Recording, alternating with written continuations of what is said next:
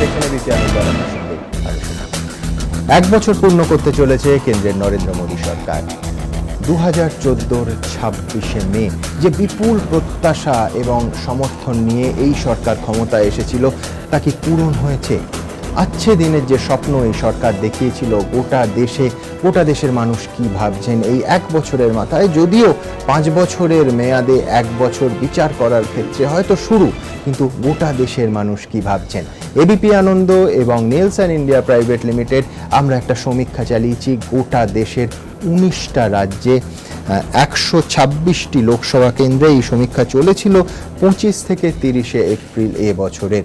আমরা বোঝার চেষ্টা করেছিলাম যে গোটা দেশের মানুষ কি ভাবছেন এই সরকার সম্পর্কে। আজকে আপনাদের দেখাবো পশ্চিমবঙ্গ এবং বিহার, এই 2 রাজ্যের মানুষের ভাবনা।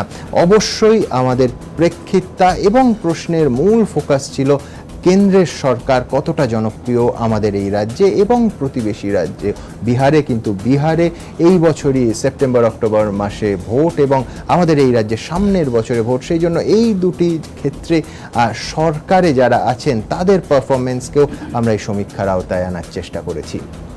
আমাদের আজকের বিষয় এটাই। রাজ্যে কি পরিস্থিতি? মোদী হাওয়া কি অক্ষুণ্ণ? মমতার রাজ্যে বাড়ছে বিজেপি? কি বলছে বাংলা, কি মত বিহারে? আলোচনার জন্য আমার সঙ্গে আছেন বিশ্বনাথ চক্রবর্তী অধ্যাপক, আছেন জ্যোতিপ্রকাশ চট্টোপাধ্যায় আইনজীবী, অন্যদিকে রয়েছেন বিজেপি নেতা প্রদীপ ঘোষ এবং বামফ্রন্ট নেতা অশোক ঘোষ। ওদের কাছে যাব, কিন্তু তার আগে আপনাদের দেখাবো এই সমীক্ষায় পশ্চিমবঙ্গের মানুষের মতামতের কি ইঙ্গিত পাওয়া গেল। দেখুন। আচ্ছে দিনের প্রতিশ্রুতি দিয়ে ক্ষমতায় এসেছেন নরেন্দ্র মোদী। 26শে মে 1 বছর পূর্ণ হতে চলেছে তাঁর সরকারের। সাফল্য বিতর্কে ভরা 12টা মাস কাটানোর পর মোদী হাওয়ার বেগ কি অক্ষুণ্ণ রয়েছে? কি বলছেন বাংলার মানুষ? তার আজ পেতে যৌথভাবে সমীক্ষা চালিয়েছে এবিপি আনন্দ এবং নিয়েলসন।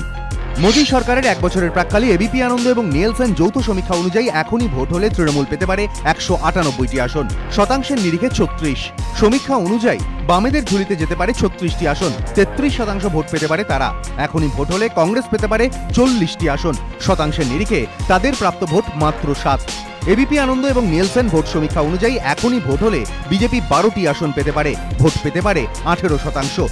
সমীক্ষা অনুযায়ী অন্যান্যের ঝুলিতে যেতে পারে 8টি আসন, শতাংশের নিরিখে 6। সমীক্ষার ফল দেখে মনে হতেই পারে গত বিধানসভা ভোটে যে বিজেপি একটিও আসন পায়নি তারা এখন 12টি আসন পেলে সে তো দারুণ ব্যাপার। কিন্তু এই ছবি বদলে যায় লোকসভা ভোটের ফলের দিকে তাকালে। 2014 লোকসভা নির্বাচনের ফলের নিরিখে 24টি বিধানসভা কেন্দ্রে এগিয়েছিল বিজেপি, কিন্তু মোদী সরকারের 1 বছরের মাথায় করা এবিপি আনন্দ নিয়েলসন যৌথ সমীক্ষায় দেখা যাচ্ছে এখন ভোট হলে বিজেপি মাত্র 12টি লোকসভা আসনে জিততে পারে। অর্থাৎ 1 বছরের মধ্যেই পশ্চিমবঙ্গে বিজেপির সিট অর্ধেক কমে যাওয়ার সম্ভাবনা, যার ইঙ্গিত রাজ্যে ফিকে হচ্ছে মোদী হাওয়া। সম্প্রতি পুরো ভোটে ভরাডুবি হয়েছে বিজেপির। এবার মোদী সরকারের 1 বছরের মাথায় সমীক্ষা থেকে উঠে আসা তথ্য রাজ্য এবং কেন্দ্র বিজেপির উভয় নেতৃত্বের উদ্বেগ বাড়াতে পারে বলেই মত রাজনৈতিক পর্যবেক্ষকদের একাংশের। এবিপি আনন্দ।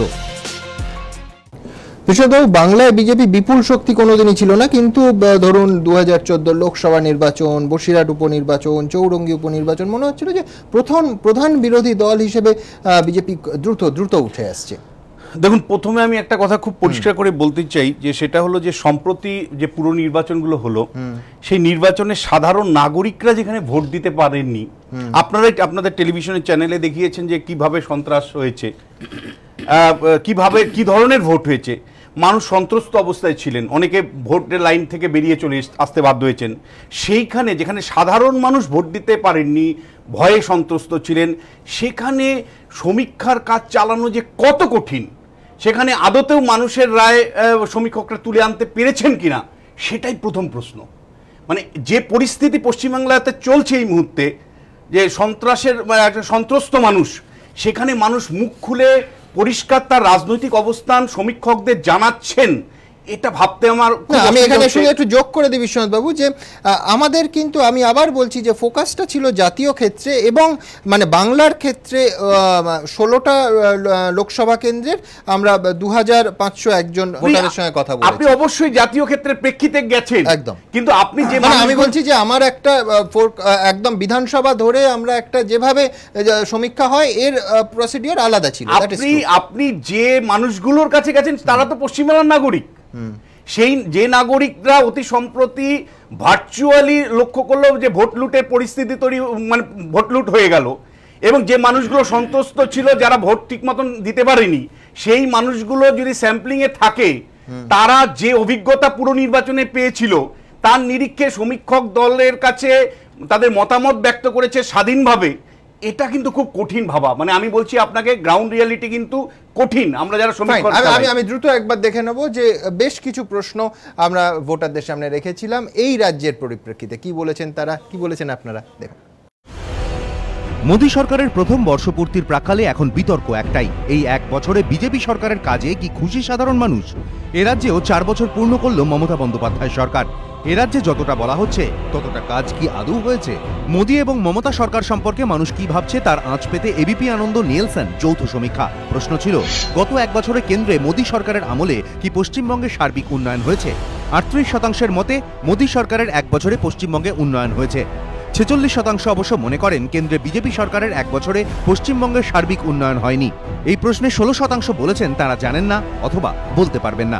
এর পরের প্রশ্ন ছিল, পশ্চিমবঙ্গের মুখ্যমন্ত্রী হিসেবে মমতা বন্দ্যোপাধ্যায়ের পারফরমেন্স কেমন? যাদের মধ্যে সমীক্ষা করা হয়েছে তাদের 14% বলেছেন খুব ভালো, 36% বলেছেন ভালো, 31% মতে মমতা বন্দ্যোপাধ্যায়ের পারফরমেন্স মাঝারি, 11% বলেছেন খারাপ, 6% মতে মুখ্যমন্ত্রী হিসেবে মমতার কাজ খুব খারাপ, 2% বলেছেন তারা জানেন না। গত 4 বছরে তৃণমূল সরকার কেমন কাজ করেছে? এই প্রশ্নের উত্তরে 9% বলেছেন খুব ভালো, 31% মতে 4 বছরে তৃণমূল সরকারের কাজ ভালো, 35% অবশ্য মনে করেন মাঝারি মাপের কাজ করেছে মমতা বন্দ্যোপাধ্যায় সরকার, 13% মতে খারাপ কাজ হয়েছে, 8% বলেছেন খুব খারাপ কাজ করেছে তৃণমূল সরকার, 4% বলেছেন তারা জানেন না অথবা বলতে পারবেন না। একজনের সরকারের প্রথম বর্ষপূর্তি, অপরজনের চতুর্থ বর্ষপূর্তি। এই প্রেক্ষাপটে এবিপি আনন্দ নিয়েলসন যৌথ সমীক্ষায় প্রশ্ন করা হয়েছিল, পশ্চিমবঙ্গে মমতা বন্দ্যোপাধ্যায় ও নরেন্দ্র মোদীর মধ্যে বেশি জনপ্রিয় কে? 57% মতে মমতা বন্দ্যোপাধ্যায় বেশি জনপ্রিয়, 27% মতে নরেন্দ্র মোদী। 10%-এর কাছে এই দুজনের মধ্যে কেউই জনপ্রিয় নন, 6% বলছেন তারা জানেন না। এবিপি আনন্দ। প্রদীপদা, গোটা দেশের মোদির জনপ্রিয়তার যে ট্রেন্ড, দিল্লির ভোট কিন্তু একটা ইন্ডিকেশন দিচ্ছে যে তাতে ধাক্কা আসছে। মানে যে জনপ্রিয়তার শীর্ষে মোদি ছিলেন, স্বাভাবিকভাবেই ক্ষমতায় থাকলে জনপ্রিয়তা কমে, এ নিয়ে সংশয়ের জায়গা নেই, কিন্তু এ রাজ্যেও কমছে না। দুটো জিনিস বলতে চাইছি আমি, যে মাত্র 1 বছরের মধ্যে মোদির জনপ্রিয়তা কমছে বাড়ছে, আর আলোচনাটা এই মুহূর্তে হওয়াটা ঠিক নয়। আর যে পুরসভার নির্বাচনের নিরিখে যে ধারণাটা বাংলার মানুষের হচ্ছে, বা যারা বিশ্লেষণ করতে যাচ্ছেন বা যারা মতামত গ্রহণ করছেন, তাদের একটু ভাবনা চিন্তা করা উচিত। আমার ব্যক্তিগত অভিজ্ঞতা, যে পশ্চিমবাংলায় যারা এই পুরসভা বা পঞ্চায়েতে নির্বাচিত সদস্য আছেন, যে দলেরই হোক সদস্য বা সদস্য আছেন, মমতা ব্যানার্জি তাদেরকে কতগুলো সুযোগ হাতে দিয়ে দিয়েছিল, সেটা আইনত হোক বেআইনিভাবে হোক। টাকা বিলিয়ে দাও, গরিব মানুষদের হাতে টাকার ঝুলি নিয়ে গেছে, টাকা দিয়েছে, উন্নয়নের টাকায় উন্নয়ন করেনি, সে রাজ্যেরই হোক বা কেন্দ্রীয় সরকারের টাকাই হোক, যেভাবেই হোক। তারপরে যে কোনো স্ট্র্যাটেজি যদি ডিভিডেন্ড দেয়, তো পলিটিশিয়ানরা ক্ষমতায় থাকার জন্য সেই স্ট্র্যাটেজি বলছি এটা তো আলটিমেটলি লং রান এটা স্টে করতে পারবে না। দেশের রাজ্যের কিছুই হচ্ছে না ডেভেলপমেন্ট, শুধু টাকা ক্যাশ আর কাইন্ড দিয়ে দেওয়া হচ্ছে। এবং আমি দেখেছি, আমি এই নির্বাচন যেগুলো হলো পুরসভায় বা সারা পশ্চিমবাংলায়, সিটিং যারা প্রতিনিধি ছিলেন পঞ্চায়েত থেকে পুরসভা অবধি, তাদের কি করলো, তারা লিখে দিলেই রেশন কার্ড হয়ে যাচ্ছে, তারা লিখে দিলেই ভোটার লিস্টে নাম উঠে যাচ্ছে, তারা লিখে দিলেই বিপিএল এ নাম উঠে যাচ্ছে, এবং ফলে মাস 2-3 তারা ক্যাশ টাকা বিলোতে লাগলো। বা যেভাবে লিগাল ওয়েতে হোক ইললিগাল ওয়েতে হোক যে টাকা তারা তুললো, সেগুলো আমি দেখেছি বার্ধক্য ভাতার ক্ষেত্রে হয়তো। আপনি বলছেন মানে বটম লাইন হচ্ছে উন্নয়ন হচ্ছে না।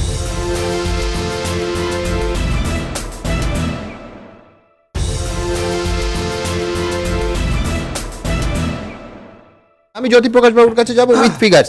জ্যোতিপ্রকাশ বাবু, কোনো সন্দেহ নেই যে 198টা আসন একটা বিপুল সংখ্যা, কোনো সন্দেহের জায়গা নেই, কিন্তু ভোটটা লক্ষ্য করুন, তৃণমূল কংগ্রেস ভোট পাচ্ছে 36%, বিরোধী ভোট 64%।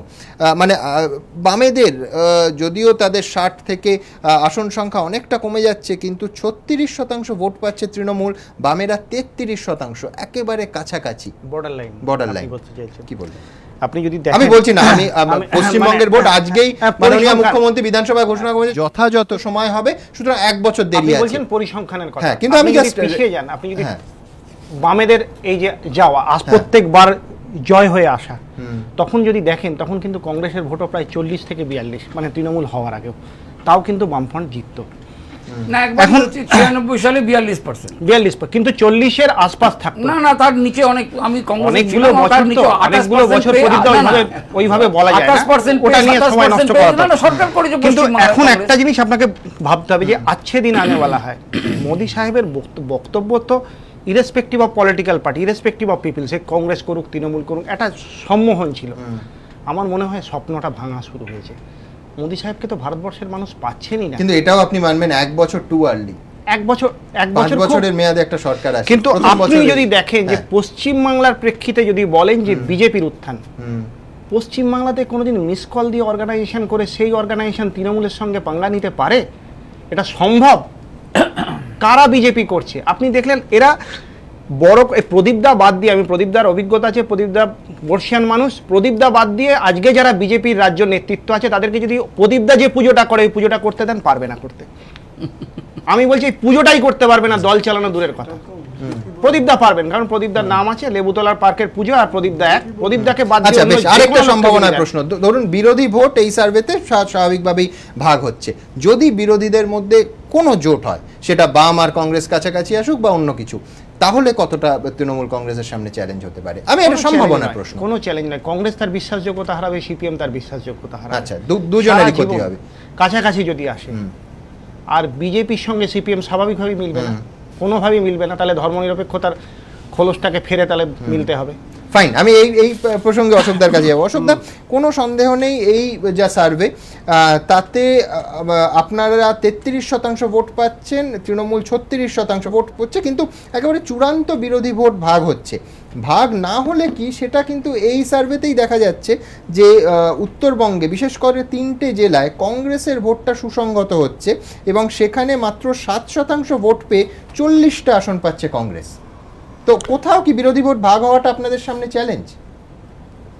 এটা একটা সমস্যা, বিরোধী ভোট ভাগ হওয়াটা। কিন্তু তার আগে এই যে আজকের যে সমীক্ষা তোমরা দেখাচ্ছ, এটা তো নরেন্দ্র মোদীর 1 বছর। এই 1 বছরে প্রথমেই যেটা আমার মনে হয় আমাদের সবার উচিত, নরেন্দ্র মোদীকে একটা শুভেচ্ছা জানানো, অভিনন্দন জানানো, 1 বছরের জন্য নয়। ইতিমধ্যে সম্ভবত নরেন্দ্র মোদী গিনেস বুকে নাম তুলে ফেলেছেন যে 1 বছর সময়সীমার মধ্যে দেশের প্রধানমন্ত্রী কতটা সময় দেশের বাইরে কাটিয়েছেন, এর হিসেব করলে নরেন্দ্র মোদী একটা রেকর্ড করে ফেলেছেন। এবং আমি তো স্বাগত জানাচ্ছি যে নরেন্দ্র মোদী দেশের প্রধানমন্ত্রী অবশেষে দেশে ফিরে এসছেন, তার জন্যই নরেন্দ্র মোদীকে স্বাগত জানাচ্ছি। বিষয়টা হচ্ছে, আমি বলি যে আমি এটার বিষয়টা হচ্ছে যে বিজেপির হাওয়া বাতাস, বিজেপির ভোট তো কমবে, হাওয়া বাতাস কিচ্ছু আর নেই, থাকার কথাই না।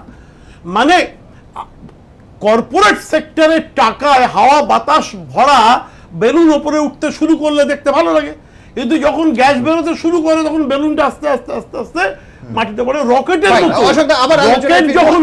একবার আমরা বিরোধী ভোট ভাগ হওয়ার কথা বলছিলাম, বিরোধী ভোট সংযুক্ত হলে বিহার, আমাদের প্রতিবেশী রাজ্য, সেখানকার ছবিটা ঠিক কিরকম? আমরা বিহারেও এই সমীক্ষা চালিয়েছিলাম, কি পেলাম দেখুন। চলতি বছরে বিহারে বিধানসভা নির্বাচন, নীতিশের সঙ্গে বিজেপির জোট ভাঙার পর দ্বিতীয়বার রায় দেবে বিহারের জনতা। 1 বছর আগে লোকসভা ভোটে বিহারের মানুষ ঢেলে ভোট দিয়েছিল নরেন্দ্র মোদীকে। 40টির মধ্যে 22টি আসনেই জিতেছিল বিজেপি, কিন্তু এই 1 বছরে অনেক কিছু পাল্টেছে। জিতন রাম মাঝিকে সরিয়ে ফের মুখ্যমন্ত্রী হয়েছেন নীতিশ, লালু প্রসাদের সঙ্গে ফের একজোট হয়েছেন তিনি। নীতিশ লালুর সঙ্গে গাঁটছড়া বেঁধেছে কংগ্রেসও, জনতা পরিবারেও ফের মিলনের বাতাবরণ। উল্টো দিকে 1 বছর আগে নরেন্দ্র মোদী শুধুই প্রতিশ্রুতি দিয়ে ভোটে জিতেছিলেন, আর ক্ষমতায় আসার পর গত 1 বছরে তাঁর ছিল কাজ করার পালা। মোদী কি পেরেছেন বিহারবাসীকে দেওয়া প্রতিশ্রুতি পূরণ করতে? এই প্রশ্নের আবহেই মোদী সরকারের বর্ষপূর্তির প্রাক্কালে বিহারবাসী কি ভাবছেন তার আঁচ পেতে এবিপি আনন্দ নিয়েলসন যৌথ সমীক্ষা। এবিপি আনন্দ নিয়েলসন যৌথ সমীক্ষায় একটা বিষয় স্পষ্ট, এখনই যদি বিহারে বিধানসভা ভোট হয় এবং বিজেপি বিরোধীরা ঐক্যবদ্ধভাবে লড়াই করেন তাহলে ধাক্কা খেতে পারেন মোদী। এবিপি আনন্দ নিয়েলসন যৌথ সমীক্ষা অনুযায়ী বিহারে শেষ পর্যন্ত নীতিশ কুমারের জেডিইউ, লালু প্রসাদ যাদবের আরজেডি এবং রাহুল গান্ধীর কংগ্রেস জোটবদ্ধ হয়ে বিধানসভা ভোটে লড়লে 127টি আসন পেতে পারে, ভোট পেতে পারে 42%। উল্টোদিকে মোদীর বিজেপি, রামবিলাস পাসওয়ানের লোক জনশক্তি পার্টি এবং উপেন্দ্র কুশাবাহর রাষ্ট্রীয় লোক সমতা পার্টির জোট পেতে পারে 112টি আসন, 33% ভোট পেতে পারে তারা। অর্থাৎ 1 বছর আগে যে মোদী হাওয়ায় বিরোধীরা উড়ে গিয়েছিল বিহারে, সেই বিহারেই বিরোধীদের ঐক্যবদ্ধ জোট টেক্কা দিতে পারে নরেন্দ্র মোদীকে।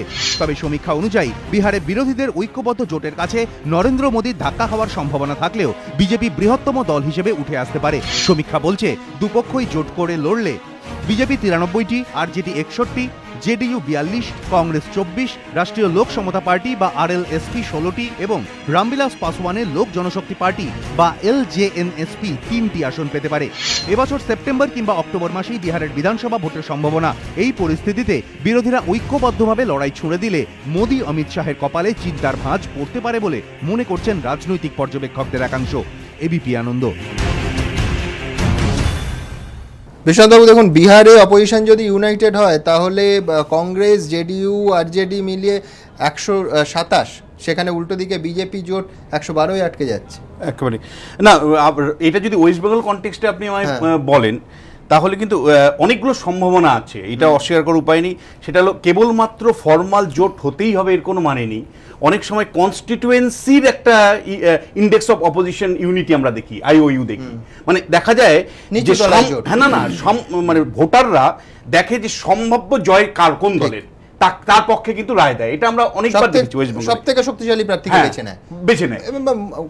এটা কিন্তু বারবার লক্ষ্য করা বহু জায়গায় লক্ষ্য করে। ফলে ভোটারদের মোট যদি হয়, মানে তাদের যদি মানসিকতা হয় আমরা সরকারকে ফেলে দিব, তাহলে কিন্তু কনস্টিটুয়েন্সি ওয়াইজ বিরোধী ভোটের ঐক্যর একটা সূচক পাওয়া যায় এবং যার সম্ভাবনা থাকে জয়ের তার পক্ষে মানুষ ভোট দেয়। এটা বারবার দেখা গেছে।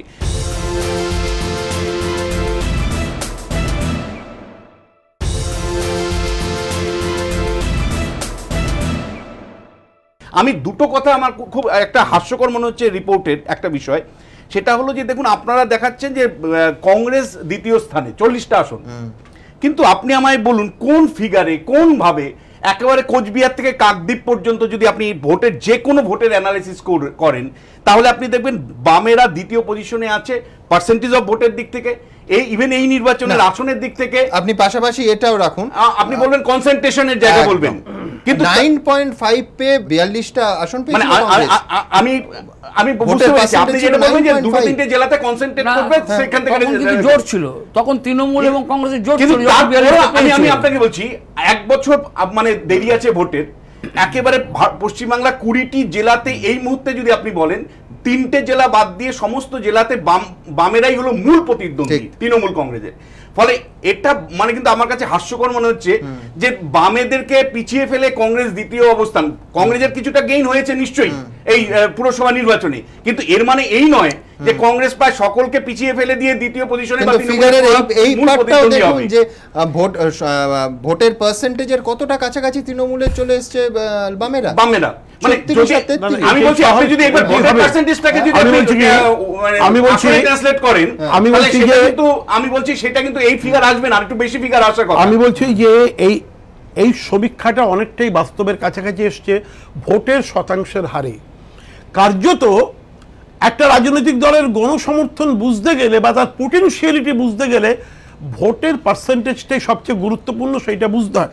অনেক সময় ভোট ভাগাভাগির কারণে মানে 1% ভোট একটু 33% ভোট যদি বামেরা পায় তাহলে ভোটের পার্সেন্টেজ যদি আমি আসন ট্রান্সলেট করি তাহলে আমি বলবো যে আসন যে পাচ্ছে বামেদের যে পজিশন দেওয়া হয়েছে তার থেকে বামেরা কিছুটা বেশি আসন পাওয়ার সম্ভাবনা। আমি বলছি এইখানটায় যে 1% ভোট এরপর হলেই অন্তত 15, 20টা, 25টা আসনে হার জিত হয়ে যায়। আমি বলছি যে ক্রমশ এই অবস্থাটার উন্নতি হবে, বিজেপি হাওয়া ক্রমশ কমছে, গণতন্ত্রের ভিত্তি বিজেপি বিপন্ন করে দিয়েছে, সুতরাং বামেরাই হচ্ছে একমাত্র বিকল্প এই রাজ্যে।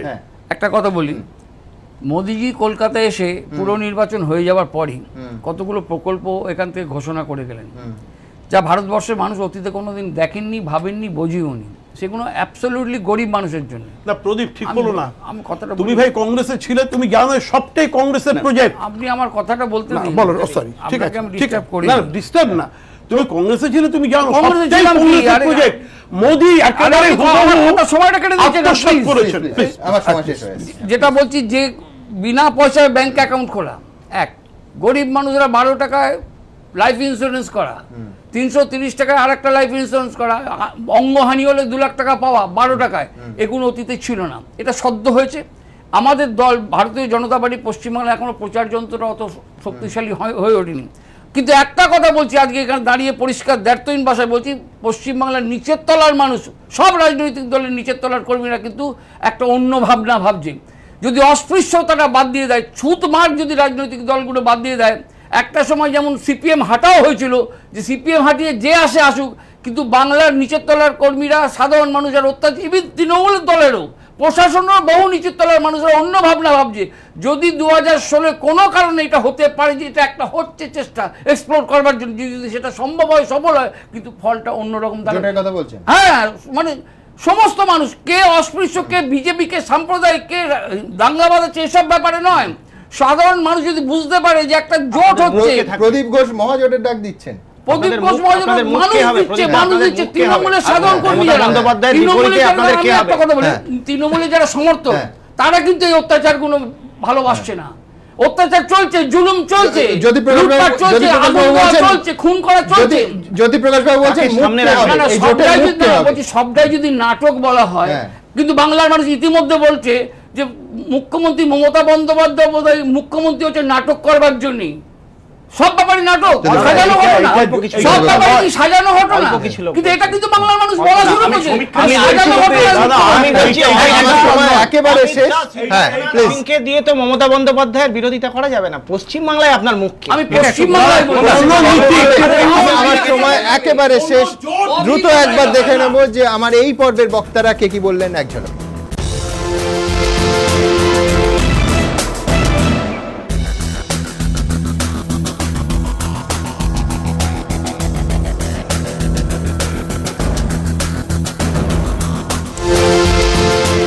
আমি যখন মারছি তোমায়, বুঝতে হবে সেসব সময় মরছো কেবল নিজের নিজের বোমায়। শঙ্খ ঘোষের অনবদ্য গলপ। আবার অনেকের মনে পড়ে গেল নিঃসন্দেহে বিধানসভায় রেকর্ডেড বা পুরনো ঘটনা ৭০, এমনটাই ইঙ্গিত করলেন রাজ্যের মাননীয় মুখ্যমন্ত্রী। আমাদের কেবল বিনীত প্রশ্ন যে গতকাল আমার সহকর্মী রাজস্বী দত্তগুপ্তকে পুলিশের সামনে যেভাবে প্রাণে মেরে ফেলার হুমকি দিয়েছিল শেখ কানু, তৃণমূল নেতা, একাধিক খুনের মামলা অভিযুক্ত যে, এবং হুমকি দিয়ে এলাকা ছেড়ে চলে যায়, সেই জায়গা ছেড়ে চলে যায়, পুলিশ ঘুরেও তাকায় না, সেই ঘটনা কে সাজালো? এক। দুই, শেখ মুস্তাফা পুলিশ ক্যাম্পে তৃণমূল কংগ্রেসের ব্লক সভাপতি, পুলিশ নাকি তাকে তুলে নিয়ে এসে সুরক্ষা দিয়েছিল, সেই ঘটনা কে রেকর্ড করলো বা কে সাজালো? শেখ মুস্তাফার ছেলে বাবর, যাকে বোলপুর মহকুমা হাসপাতালে ভর্তি করানো হয়েছে, এই মুহূর্তে সংঘর্ষ শেষে আহত শেখ মুস্তাফা, অর্থাৎ তৃণমূল কংগ্রেসের ব্লক সভাপতি নিজেই বলছেন ছেলের ঘটনা, সেই ছবিও আমাদের কাছে রয়েছে, সেই ঘটনা কে সাজালো? আরেকজন তৃণমূল কংগ্রেস নেতা শেখ রফিক, রিপোর্টার গোপাল চট্টোপাধ্যায় তার বাড়িতে গেছেন, গিয়ে নিজের চোখে দেখেছেন সেই তৃণমূল নেতার বাড়ির ছাদ উড়ে গেছে, ছাদ বলে কিছু নেই, চতুর্দিকে কার্তুজ ছড়ানো, কে সাজালো?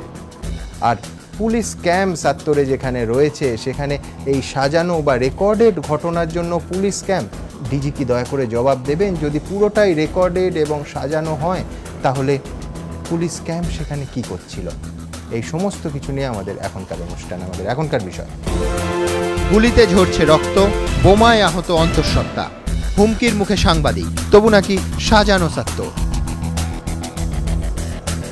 সিপিএম নেতা শ্রমিক লাহিড়ী আমার একদিকে, কংগ্রেস নেতা ওম প্রকাশ মিশ্র, বিজেপি নেতা জয়প্রকাশ মজুমদার এবং অধ্যাপক দেবনারায়ণ সরকার, ওদের কাছে যাব। কিন্তু বিধানসভায় আজ রাজ্যের মাননীয় মুখ্যমন্ত্রী ঠিক কি বলেছেন, দ্রুত। ক্যামেরা বলছে রণক্ষেত্র ৭০, মুখ্যমন্ত্রী বললেন এমন কিছু ঘটেনি। শুক্রবার বিধানসভায় পুলিশ বাজেট পেশ করা হয়। জবাবি বক্তৃতায় ৭০-এর ঘটনা নিয়ে স্বরাষ্ট্রমন্ত্রী তথা মুখ্যমন্ত্রী দাবি করেন, দুদিন ধরে অনেক ঘটনা দেখানো হচ্ছে, খোঁজ নিলাম, দেখি তো কি হচ্ছে। টুইটারে দেখলাম একটা ছবি, একটা ছেলে বন্দুক নিয়ে গুলি চালাচ্ছে, তারপর দেখি সে সোয়েটার পরে চাদর গায়ে গুলি চালাচ্ছে। এই গরমে কেন সোয়েটার পরেছে? চাদর গায়ে দিয়েছে। আরো খোঁজ নিলাম, পুলিশ সুপার রিপোর্ট পাঠিয়েছেন, বোমা চালাচ্ছে, গুলি চালাচ্ছে বলে যে ঘটনা দেখানো হচ্ছে তা আগের ঘটনা, এমন ঘটনা ঘটেনি, এগুলি রেকর্ডেড পুরনো ঘটনা। মুখ্যমন্ত্রীর এই দাবির বিরোধিতায় সরব হন বিজেপির বিধায়ক শ্রমিক ভট্টাচার্য, যিনি ২৪ ঘন্টা আগেই বিজেপি প্রতিনিধি দলের সঙ্গে সত্তরে গিয়েছিলেন। তিনি সেখানকার পরিস্থিতির কথা বলেন, দাবি করেন সত্তরে বহু মহিলা পুরুষ আহত হয়েছেন। এতেই ফের সুর চড়ান মমতা বন্দ্যোপাধ্যায়। তিনি ফের দাবি করেন, একটা ঘটনা দুদিন আগে ঘটেছিল, এটা নিয়ে রাজনীতি করবেন না, যা দেখানো হচ্ছে তা ঘটেনি, এগুলি পুরনো ঘটনা। চোখের সামনে যা দেখা যাচ্ছে সেটা পুরনো ঘটনা। মুখ্যমন্ত্রীর দাবি মানতে নারাজ বিরোধীরা। মুখ্যমন্ত্রী দেশের লোককে বোকা মনে করেন। ইলেকট্রনিক মিডিয়া যখন দেখাচ্ছে, লাইভ প্রোগ্রাম দেখাচ্ছে এবং তার দলের লোকেরা জড়িত, তারা নিজেদের হাসপাতালে ভর্তি হচ্ছে, তো তখন তো তিনি পুলিশকে পাঠাতে পারতেন যে একটা ব্যবস্থা নেওয়ার জন্য। তিনি যে এত বড় জলজান্ত মিথ্যা কথা বলতে পারেন।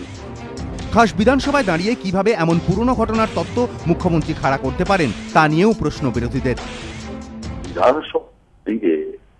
এক সাংবিধানিক পীঠস্থানকে অপবিত্র করেছেন মুখ্যমন্ত্রী, এই জাতীয় মন্তব্য করে ছাত্রে কিছু হয়নি। এতদিন ধরে যে ছবিগুলো প্রেসে মানুষ দেখছে, এই ছবিগুলো বেমালুম বানানো ছবি, আগেকার ছবি বলে মুখ্যমন্ত্রী বর্ণনা করে দিলেন।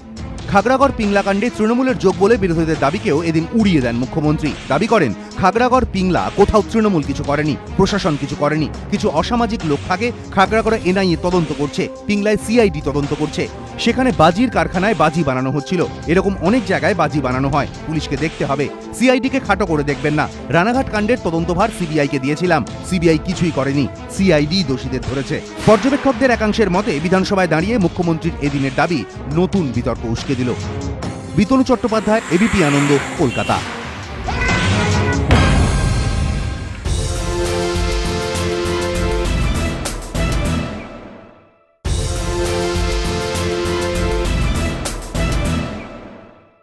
শ্রমিকদা, শেখ লালন হাসপাতালে মৃত্যুর সঙ্গে লড়াই করছেন, অন্য কেউ নয়, কোনো সংবাদ মাধ্যম নয়, কোনো বিজেপি নেতা নয়, পুলিশ উদ্ধার করে প্রথমে বোলপুর মহকুমা হাসপাতালে ভর্তি করে, তারপর বর্ধমান নার্সিংহোমে।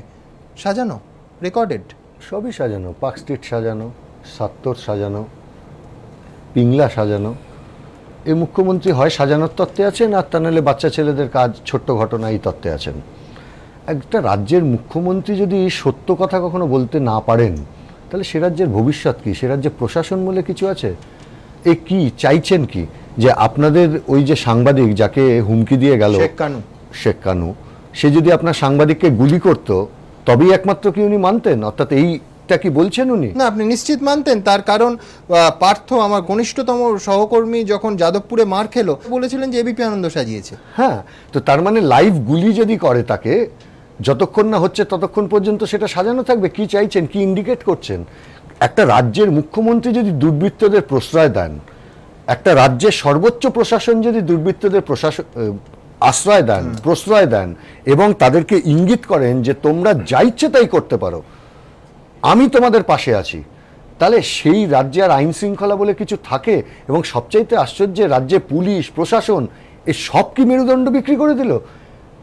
পুলিশ প্রশাসন, বুঝতে পারছি না, ক্যাম্প আছে, পুলিশের রিপোর্ট তো আছে, তো পুলিশ তো আছে কেন? পুলিশই তো তাকে তুলে নিয়ে গেছে, তা পুলিশ তো তাকে রিপোর্ট দিয়েছে। আচ্ছা, 3 নম্বর উনি বলেছেন, সত্য মিথ্যা কিনা আমি জানি না, টুইটারে নাকি ছবি দেখেছেন। আচ্ছা, কোন টুইটারে ছবি দেখা যায় আমাকে একটু বলুন তো। কেউ টুইট করলে সেটা উনি টুইট করেছেন, কেউ টুইট করেছেন, তো সেই যে টুইটের ছবি, ওটাই যে আপনারা দেখিয়েছেন টিভিতে, তাই কি? কিন্তু টিভি দেখে বলতে পারতেন আপনার টিভিতে ছবি ফুটেজ, আমি বলছি মানুষের মৃত্যু, গুলি, যে হাসপাতালে ভর্তি আছে সেটাও কি রেকর্ডেড? হাসপাতালে তো উনি কাউকে পাঠাতে পারতেন, পুলিশ ভর্তি করেছে, পুলিশ পেল কোথায়? যিনি চিৎপাথরে ওখানে শুয়ে আছেন সেটাও কি রেকর্ডেড? ফলে এই গোটা রাজ্যে কার্যত দুর্নীতি কেবলমাত্র প্রশ্রয় দেওয়া নয়, সমাজ বিরোধীদের প্রশ্রয় দেওয়া। তার কারণ এই সমাজ বিরোধীদের তোর কাজে লাগবে ভোটের বৈতরণী উদ্ধার হতে। আর ৭০-এ যে অবস্থা এখন, সাধারণ মানুষ কোথায় যাবে? দুপক্ষ তুলে নিয়েছে হাতে বোম, গ্রামগুলো পুরুষ শূন্য, এবং দুপক্ষের হাতে অস্ত্র তুলে দেওয়া হয়েছে। সাধারণ মানুষ কোথায় যাবে? গরিব মানুষ যারা খেটে খান, সেখানে এই দুই পক্ষের অস্ত্রের দাপানিতে সাধারণ মানুষের জীবন অতিষ্ঠ হয়ে উঠেছে। কার্যত ওখানকার মানুষের রুটি রুজি জীবন জীবিকা বলে কিছু নেই। এরকম একটা কঠিন অসহায় পরিস্থিতির মধ্যে যখন সেই গ্রামের মানুষ আছেন, সেখানে শান্তি ফিরিয়ে আনার বদলে সেখানে এই যে শেখ কানু আমাদের ক্যামেরায় ধরা পড়েছে, এই শেখ কানু হচ্ছে যে ওই মহিলার ওপর যে অত্যাচার হলো তার অন্যতম একজন অভিযুক্ত। এই তো পুলিশের সামনে হুমকি দিয়ে চলে, তাদেরকে প্রশ্রয় দেওয়াটাই হচ্ছে মুখ্যমন্ত্রীর কাজ। এদের দিয়ে এক প্রশাসন চলছে, এরাই থানা চালাচ্ছে, এবং মুখ্যমন্ত্রী সরাসরি এই কথার মধ্যে দিয়ে ইঙ্গিত দিয়ে দিচ্ছেন পুলিশকে যে শেখ কানুরাই রাজ্য চালাবে, তোমার থানা চালাবে, তারাই রাজত্ব চালাবে। এই ঘটনা আমরা দ্রুত দেখে নেব যে প্রশ্নগুলো পর পর বিশেষ করে আজকে বিধানসভায় বিবৃতির পর উঠে এলো সেগুলো। ৭০-এর সন্ত্রাস নিয়ে রাজ্য জোড়া শোরগোলের মাঝেই সাজানো তত্ত্বে অনড় মুখ্যমন্ত্রী। বৃহস্পতিবার উত্তর ২৪ পরগনার পর শুক্রবার বিধানসভাতেও ফের একই সুরে তাঁর দাবি। ৭০-এ নতুন করে কিছুই ঘটেনি, কিন্তু মুখ্যমন্ত্রীর এই দাবিকেই প্রশ্নের মুখে ফেলে দিচ্ছে ৭০-এর মাটি থেকে উঠে আসা ৩টি ছবি।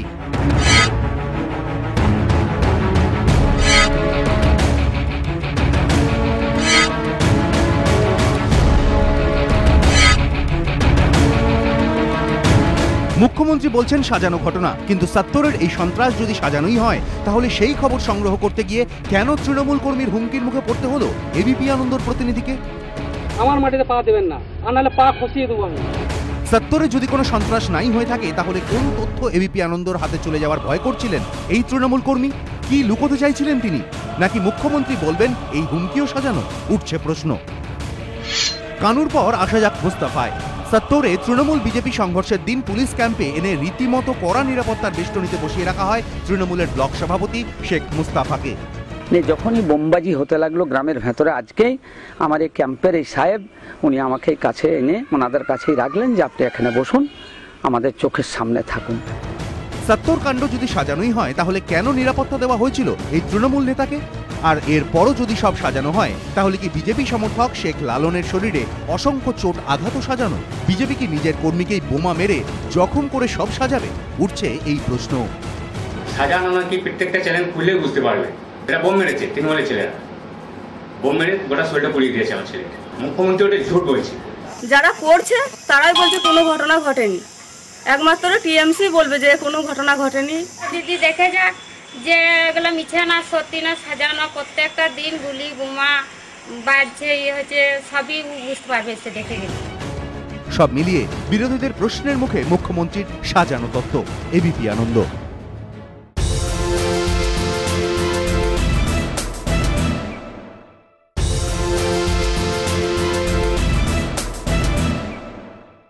জয়প্রকাশ, তৃণমূল কংগ্রেসের ব্লক সভাপতি শেখ মুস্তাফা এই মাত্র চ্যানেলে দেখলেন, আপনি বললেন যে বোমাবাজি, মিথ্যে কথা বলছেন। না, আসলে ব্যাপার মনে রাখবেন, মুখ্যমন্ত্রী আজকে যেটা বলেছেন আপনারা দেখালেন, আসলে মুখ্যমন্ত্রীর বক্তব্যটাই পুরোটা সাজানো, প্রথম থেকে শেষ পর্যন্ত পুরোটা সাজানো, এবং দায়িত্ব নিয়ে বলছি। দেখুন, একটু আগে একটা কথা শুনলেন, শেখ কানু বলল আমাদের মাটিতে পা দেবেন না আপনাদের সাংবাদিককে। কার মাটি? কে বলছে? এই মাটি কি মমতা বন্দ্যোপাধ্যায়ের মাটি? বাংলা আমাদের সকলের, কিন্তু মমতা বন্দ্যোপাধ্যায় এই গুন্ডাদের শেখাচ্ছেন এবং গুন্ডাদের মুখ দিয়ে বলাচ্ছেন যে যদি করো তৃণমূল তাহলে সব ঠিক আছে, আর না করলে গলা কেটে দেবো। এদের বলছে। এরপরে এর যে সাংঘাতিক কথা, সাধারণ বাঙালি কারুর বাঁচার অধিকার নেই মমতা বন্দ্যোপাধ্যায়ের রাজত্বে, তাই বলছেন আমাদের মাটি, বলছেন আপনার আমার মাটি নয়। দাঁড়ান, হাসপাতালে ভিজিট আমরা গেছি, সাজিয়েছিলেন। শুনুন, আমরা গিয়ে যা দেখেছি, আফসানা বিবি আপনাদের ক্যামেরায় আছে, দেখবেন আমাদের রূপা গাঙ্গুলির বুকের মধ্যে কেঁদে লুটিয়ে পড়ছে, দুটো পাশে দুটো বাচ্চা, তারা বোম মেরে ভেঙে দিয়ে গেছে বাড়ি। শুধু নয়, বাচ্চাগুলোর পরনে কোনো কাপড় রাখিনি, খালি গায়ে আছে, এইটুকুনি বাচ্চা। কোন রাজ্যে আছে? দুটো মাইনরিটি, সংখ্যালঘুর বাচ্চা, ছেলে মেয়ে। কার রাজ্যে? মমতা বন্দ্যোপাধ্যায়ের রাজ্যে। কারা মেরেছে? মমতা বন্দ্যোপাধ্যায়ের গুন্ডারা মেরেছে। আর আজকে এই ৭০ অঞ্চল, বলুন ৭০, বারুই, চৌমণ্ডলপুর, মাকড়া সব জায়গায় আমরা ঘুরে গেছি। কি মানে ডেসক্রাইব করা যায় না এই রকম সন্ত্রাস। আর কি হয়েছে, পুরো জায়গাটাকে মমতা বন্দ্যোপাধ্যায় ভিয়েতনাম করে দিলেন। মানুষের হাতে অস্ত্র তুলে দিয়ে বলছেন একদল, সংখ্যালঘুর হাতে অস্ত্র তুলে দিয়ে বলছেন আর একদল সংখ্যালঘুকে মার। এ হচ্ছে নতুন একটা সাম্প্রদায়িকতা তৈরি করছেন মমতা বন্দ্যোপাধ্যায়। একদল সংখ্যালঘুর হাতে অস্ত্র তুলে দিয়ে আর একদল সংখ্যালঘুকে মারতে বলছেন, সংখ্যালঘুদের ভাগ করছেন শুধু ভোটের জন্য। এর থেকে নৃশংস কাজ, এর থেকে খারাপ কাজ এই বাংলাতে আমাদের কখনো শরণাতীত কালে হয়নি। ভাবতে পারেন যে আমরা বারবার বলি হিন্দু মুসলমানের কথা, অনেক অনেক কথা বলে, এই বাংলায় লড়াই হচ্ছে কোথায়? আজকে বীরভূমে দেখুন তো, আপনি একজনের যে নামগুলো দেখছেন, দুদিকের নাম, বাবর ওদিকে, এদিকে শেখ লালন। কারা তারা? বাবর হচ্ছে মুস্তাফার ছেলে। জয়প্রকাশ দা, যদি এই দুপক্ষ, কোনো সন্দেহ নেই যে দুপক্ষর মধ্যে গুলিগোলা এবং বোমাবাজি চলছে, কিন্তু সেখানে আপনার দলেরও তো দায় আছে। এই দায়টাই বলছি, আমি দায় নেব, আমি আপনার দায় নেব। আমাদের সভাপতিও বলেছিলেন যে দেয়ালে যখন পিঠ লেগে গেছে, আজকে দেখুন তো ছাত্ররে গেলে বুঝবেন তাদের কি অবস্থা। মা বলছে আমার ছেলেকে গ্রেপ্তার করে নিয়ে গেছে, কালকে আপনাদের ক্যামেরার সামনে বলেছে। আমি গেছি ছেলেকে দেখতে থানায়, আমাকে ডেকে বলছেন এই যে ভদ্রলোক দাঁড়িয়ে আছেন বলে ওখানকার এসআইকে দেখে বলছেন এই ভদ্রলোক জানেন, আমাকে ডেকে নিয়ে গিয়ে বলছে এই দেখ তোর ছেলেকে কিরম মারতে পারি, বলছে আমার সামনে মারছে। তারপরে এই ছেলেগুলো কি করবে? বাধ্য হয়ে, একেবারে বাধ্য হয়ে দাবি করছেন জয়প্রকাশ মজুমদার। আমি ওমপ্রকাশ দা এত সহজ প্রশ্নে যাব। আজকে বিবৃতি দিলেন মাননীয় মুখ্যমন্ত্রী, এসডিপিও এবং সিআইএর নেতৃত্বে সেদিন ৭ সকাল 11টার সময় যেতে হয়েছিল কেন?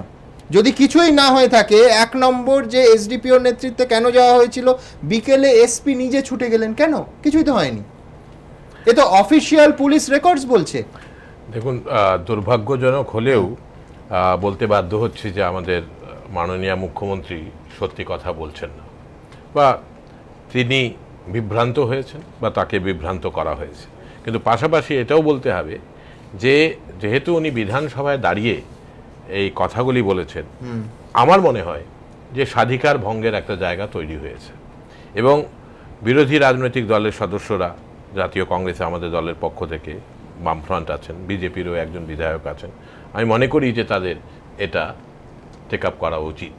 আমি কমপ্লিটলি এগ্রি করি যে এটা ৭ এটা চলছে, আনফরচুনেট হলেও গত ৮ মাস ধরে এই রকম ঘটনা চলছে। এসডিপিও গেলেন সিআই কে নিয়ে 11টায়, বিকেলে এসপি। আমি যেহেতু অন্যরা এই জায়গাতে আলোকপাত করেছেন, তাই জন্য অন্য প্রসঙ্গ নিয়ে আমি বলতে চাইছি। আর পুরনো ঘটনা যদি হয়, পুরনো ঘটনার কনটেক্সটে মমতা ব্যানার্জির সরকার, পুলিশ প্রশাসন কোনো ব্যবস্থা নিয়েছিল? আমরা জানি যে ৭ একজন বিজেপি সমর্থক মহিলার উপর যেভাবে অত্যাচার করা হয়েছিল, আজও কিন্তু তার বিচার হয়নি। আর যে আপনাদের সাংবাদিক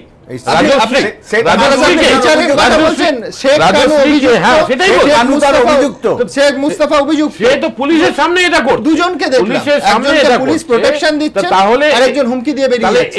এই তিনটা পার্সপেক্টিভ থেকে দেখলে বলতে হয় যে মাননীয় মুখ্যমন্ত্রীর যে বক্তব্য, সেই বক্তব্যের কোনো সারবত্তা নেই। And opposition MLA they should proceed against her because of the breach of privilege. আমি দেবনারায়ণ বাবুর কাছে আছে। দেবনারায়ণ বাবু, আপনি সেদিন বলছিলেন যে পুলিশ এটিএম নয়। অ্যাকচুয়ালি পুলিশকে তো ডাকা মাত্র ঘটনাস্থলে যাওয়ার কথা, একবার নয়। সেদিন সকাল 11টায় এসডিপিওর নেতৃত্বে এবং বিকেলে এসপি নিজে ছুটে গেলেন টিভি দেখে। আর এসডিপিওর কি রিপোর্ট দিলেন যাতে এসপিকে ছুটে যেতে হলো সেই ৭ কিছু হয়নি?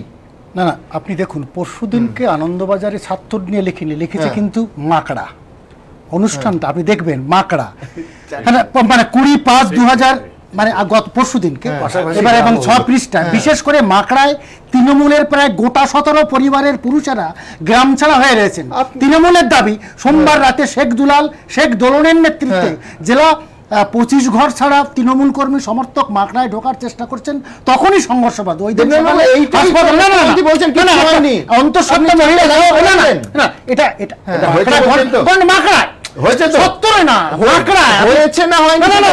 ঘটনা তখন তৃণমূলরা ঢুকছে, তখনই গন্ড। আমি সমস্ত আনন্দবাজার বলছি, আমি তা বলিনি।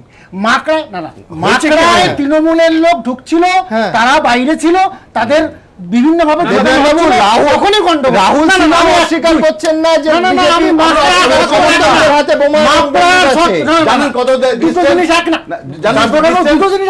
আমরা গিয়েছিলাম, আপনাকে একটা কথা থেকে মাকড়া কত দূরে জানেন?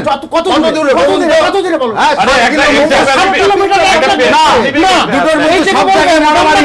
নাম্বার 2 যে ফুটেজের কথা মমতা ব্যানার্জি বলছেন, অতীতের ফুটেজ মানে তাকে শালগাই দিয়ে তোলা হচ্ছে, সেই ফুটেজ না না আমি আমি দেখাবো কি করে? আমার ব্যাপারটা তা বলছি না। দেবনাথবাবু আপনি আমায় বলুন যে এই যে অন্তঃসত্ত্বা মহিলা আহত হলেন,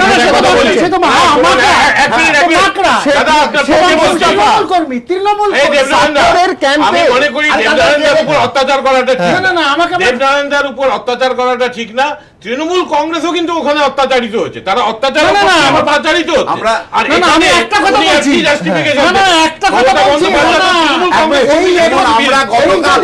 আমরা দেখতে গিয়েছিলাম তৃণমূলের আহত লোককেও আমরা দেখতে গেছি। আপনি অনেক বলেছেন অনেক সময়, আপনি একটু বলার ফোন এটা দিলে হয় না। গত এই যে মানে এই যে 10 মানে 31-10 এতে পরিষ্কারই লেখা হয়েছে একটা বিষয় যে অস্ত্র ভান্ডার বীরভূমে গ্রামে গ্রামে যেভাবে বিপুল অস্ত্র ভান্ডার সাহায্যে নাম বলেছে বিজেপি। না না এই জিনিস রেকর্ডের আমি পড়ছি এই সময় বিরুদ্ধে হয়েছে, বিজেপির বিরুদ্ধে আপনি পুরনো সাংবাদিক না না ঠিক না, এটা তো হয়েছে, এটা পুরনো জিনিসগুলো ঢুকেছে। আমি তা বলিনি, এই অস্ত্র শস্ত্র এই জিনিসগুলো ঢুকেছে রাজনৈতিক জমি, এখন কিছু নেই, এখন কিছু এখন কি ওই যে ফুটেজ আমি বলছি মাকড়ার সামনে নিচ্ছি, শুনুন মাকড়ার সামনে সত্তর মিলাচ্ছেন। না না না আমি শুধু সত্তরে যাচ্ছি। ও দেবনাথবাবু আমি আমার সাধু হয়ে গেল, আপনি না ওনারা সাধু, ওনারাই দাবি করছেন। আপনি শুধু আমার একটা কথা বলুন, আপনি সব বাদ দিন। ব্লক সভাপতি আপনি দেখলেন, তৃণমূল কংগ্রেসের ব্লক সভাপতি তাকে বাড়ি থেকে প্রোটেকশন দেওয়ার জন্য ক্যাম্পে এনে রেখেছে পুলিশ। কেন এনে রাখলো? সাথে কিছু হয়নি, কিছু ছেলে হাসপাতালে, না না না ছেলে বাবন হাসপাতালে, না কতগুলো না যেভাবে মানে হয়নি। আমি ফুটেজে যে জিনিসগুলো দেখা যাচ্ছে এটাই ক্রাইম করেছে, কিন্তু তা না ওটা রেকর্ড। আপনি ফুটেজ বাদ দিন, তার মানে শেখ মুস্তাফা মিথ্যা কথা বলছে। মিথ্যা কথা আমি ট্রাই করব। যে ঘটনাগুলো আপনি দেখাচ্ছেন সেটা আমি সেটা পুরনো সত্যি বলতে আমি যা বলছি না না এটা তো সত্যি না, আমি কোন সত্যি বলছেন? কে বলছে সত্যি? এই ঘটনাগুলো হয়নি, আপনি আমাকে মারবেন না। কি বলছেন? ঘটনা মিথ্যা কথা না, আমার ঘটনা আপনারা বলছেন যে সত্যি কথা বলছেন, না না যুক্তি দিয়ে কথা বলছেন, যুক্তি দিয়ে না দেবনাথবাবু সেই ফুটেজ চুপ করুন। দেবনাথবাবু একটু একটা ফুটেজ শুনুন, না না ফুটেজ বাদ দিন, না না শুনুন আমাদের বিতর্কের বিষয়টা কি? মুখ্যমন্ত্রী বলছেন যে সাতটা কিছু হয়েছে না হয়নি, এক আর দ্বিতীয়ত যেটা টিভিতে দেখানো হচ্ছে সেটা সত্য না পুরনো, এখনকার না পুরনো, বিতর্ক তো এই দুটো নিয়ে। এখন যে কথাটা দেবনারায়ণ বাবু বললেন, তাহলে হয় উনি মুখ্যমন্ত্রীর বিরোধিতা করছেন, না না উনি তো বলছেন আমি শেষ করি, সেটা হচ্ছে মুখ্যমন্ত্রী বলছেন এগুলো সব পুরনো দেখানো। তাহলে এই যে তৃণমূলের সভাপতি বলে যে লোককে দেখানো হচ্ছে, যিনি কিনা ওই মহিলাকে অত্যাচারের প্রশ্নে অভিযুক্ত, তাহলে সেই ঘটনাটা সত্য না এটা রেকর্ডেড প্রোগ্রাম? এক।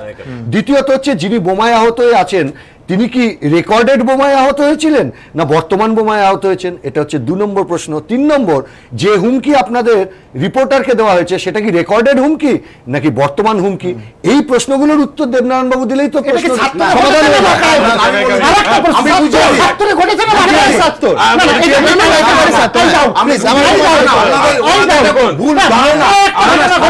সাধারণ লোকের ভুল ধারণা যাচ্ছে। আমি বলতে পারি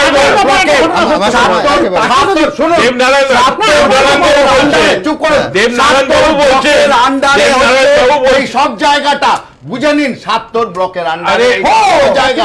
আর এখানে আমরা কালকে গিয়ে দেখেছি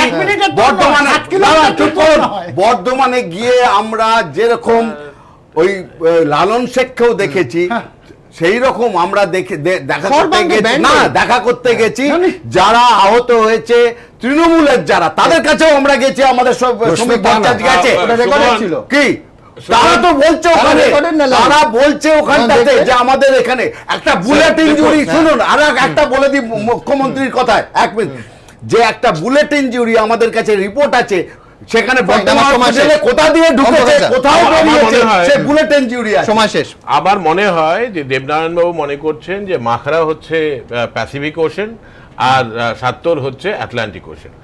এটা নিয়ে কোনো সন্দেহ নেই যে এই ঘটনাগুলি ঘটছে, রাজ্যের বিভিন্ন জায়গায় ঘটছে। যেভাবে কাটুয়াতে আমাদের উপর অত্যাচার হয়েছে এবং এখনো ভয়ঙ্কর একটা পরিস্থিতি, এবিপি আনন্দের রিপোর্টারের সঙ্গে কথা বলছিলাম, এবং যেভাবে আমাদের এমএলএ বিরুদ্ধে মিথ্যে মামলা দেওয়া হয়েছে, আজকে বিজেপি আক্রান্ত হচ্ছে, কংগ্রেস